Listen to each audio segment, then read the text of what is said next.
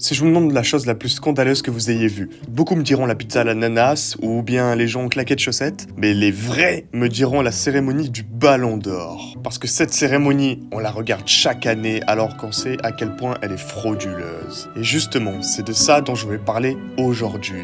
Bref, on va commencer par la base, la cérémonie. Déjà, l'arrivée des joueurs, c'est quoi ce truc? Les mecs arrivent tous à des heures différentes et en plus ils se croient à la Fashion Week une fois sur le tapis rouge. Puis, la cérémonie s'apprête à commencer et là, dans les 5 dernières minutes, t'as toujours un retardataire. Et moi. Une fois que la cérémonie commence, les présentateurs racontent leur vie et c'est long, mais qu'est-ce que c'est long? Allez, ferme ta gueule! Puis on a des plans sur les invités. Et là, tu vois des mecs. Alors, on a d'anciens footballeurs, ok. Ensuite, on a des gars qui finissent grave loin dans le classement, mais qui croient toujours qu'ils ont leur chance. Tu t'es trompé de rêve, Harry. Tu t'es trompé de rêve, Harry. Et puis, on a des chanteurs. Je vois pas trop le rapport avec le foot, mais bon. Et puis, quoi encore? Si ça continue comme ça, ils vont nous mettre des gars qui jouent à Roblox. Oh my god, bro. Oh, hell no, man. What the fuck, man? Bref, on a les animations, et là, ça crée du suspense, de la tension. Qui va obtenir le Ballon d'Or? Le gars ouvre l'enveloppe, et là, t'entends... Cela nous amène au vote. Et là, c'est le giga bordel.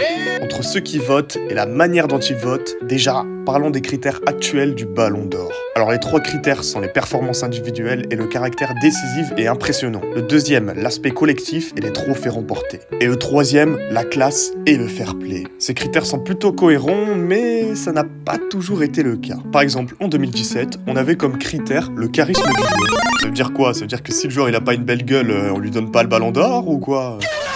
D'ailleurs, on en parle de ce classement de 2017? Non mais sans déconner, regardez-moi ce podium. Top 1 Ronaldo, top 2 Messi et top 3 Neymar. Le nombre de défenseurs qui ont fini dans le royaume des ombres à cause de ces 3 criminels. Mais pour moi, le pire critère de l'histoire du Ballon d'Or est celui qui empêchait les joueurs non européens de l'obtenir. Ça veut dire que des joueurs comme Pelé ou bien Maradona n'ont jamais eu le Ballon d'Or. Maintenant, on va voir comment le vainqueur du Ballon d'Or est élu. Alors en gros, on prend un journaliste de chaque pays qui est censé s'y connaître en football. Donc les journalistes font leur classement du top 30 et en fonction de la place, les joueurs gagnent plus ou moins de points. Ensuite, on additionne tous les points d'un joueur et on regarde qui on a le plus. Sauf que quand tu regardes le vote de plus près, tu te rends compte que c'est vraiment n'importe quoi. Il y en a qui par chauvinisme abusent un peu trop.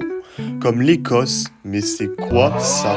Le frérot a mis McTominay top 1, ou bien la Guinée qui met Guirassy dans le top 3. Et puis t'as les journalistes qui ne comprennent juste rien au foot, comme celui du Guatemala qui est vraiment allé à l'aide de ses connaissances. Moi je pense qu'il a dû entendre que le Ballon d'Or se jouait entre Yamal et Dembélé, du coup il les a mis tous les deux dans les 2 premières positions. Mais après quand tu vois la gueule de son classement, tu comprends qu'il n'y a rien qui va. Tu sais même pas si le mec a déjà regardé au moins un match de foot dans sa vie. Parce que oui, c'est ça le vrai problème. Le Ballon d'Or est censé définir le meilleur joueur de la saison et non pas le meilleur attaquant de la saison. Alors, comment tu peux faire voter des footix comme ça? Et cela explique aussi en partie pourquoi sur les 20 derniers Ballons d'Or, on a juste un défenseur et 2 milieux de terrain. Sinon, tout le reste sont des attaquants, puisque ceux qui votent n'y connaissent juste rien, donc ils vont juste s'attarder sur les attaquants. Et après, on se retrouve avec des Cole Palmer en top 2.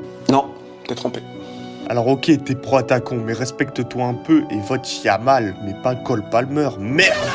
J'ai regardé sur les autres années et j'ai notamment trouvé le vote du bouton en 2021, où le frérot nous a régalé avec un top 3 Salah, Kanté et Haaland. Le mec, il a pas...